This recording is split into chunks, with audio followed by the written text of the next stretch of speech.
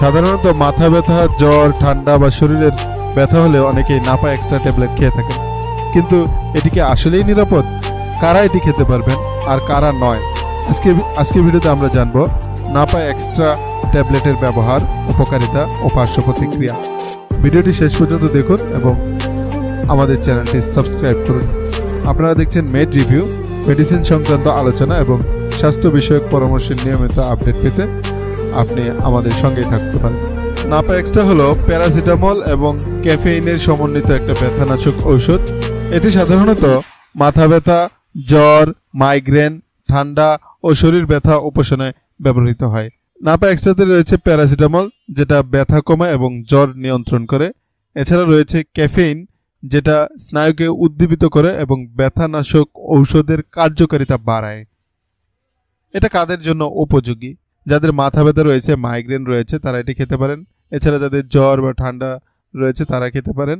শরীর বা পেশি ব্যথা হলে, দাঁতের ব্যথা হলেও এটা দেওয়া যায়। এছাড়া সাইনাস ব্যথা হলেও এটি খাওয়া বা সেবন করা যায়।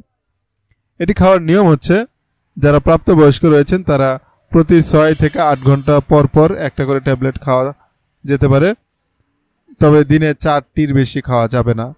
অবশ্যই খালি পেটে খাওয়া যাবে না, খাবারের পর এটা খেতে হবে। যাদের বয়স 12 বছরের নিচে তাদের জন্য এটি নিষেধ। এটারও কিছু পার্শ্ব প্রতিক্রিয়া রয়েছে, যেমন অতিরিক্ত খেলে লিভারের সমস্যা হতে পারে। কিছু কিছু ক্ষেত্রে মানুষের বমি বমি ভাব, অ্যালার্জি বা ঘুম কম হতে পারে। এছাড়া ক্যাফেইনের কারণে রক্তচাপ বেড়ে যেতে পারে। সতর্কতা হচ্ছে, গর্ভবতী বা দুগ্ধদানকারী মায়েরা অবশ্যই চিকিৎসকের পরামর্শ ছাড়া এটি সেবন করবেন না। যারা লিভার বা কিডনির সমস্যায় ভুগছেন তাদের এটি এড়িয়ে চলা উচিত। আর অন্য যে কোনো প্যারাসিটামল জাতীয় ঔষধের সঙ্গে এটি খাওয়া যাবে না। নাপা এক্সট্রা সম্পর্কে এই তথ্যগুলো জানার পর আপনার কি মনে হয়? এটি কি সবার জন্য নিরাপদ? আপনার মতামত কমেন্টে জানান। এই ভিডিও যদি আপনি উপকারী মনে করেন তাহলে লাইক দিন, বন্ধুদের সাথে শেয়ার করুন, চ্যানেলটি সাবস্ক্রাইব করুন এমন আরও স্বাস্থ্য সংক্রান্ত ভিডিওর জন্য। দেখা হবে পরের ভিডিওতে ইনশাল্লাহ। আল্লাহ হাফিজ।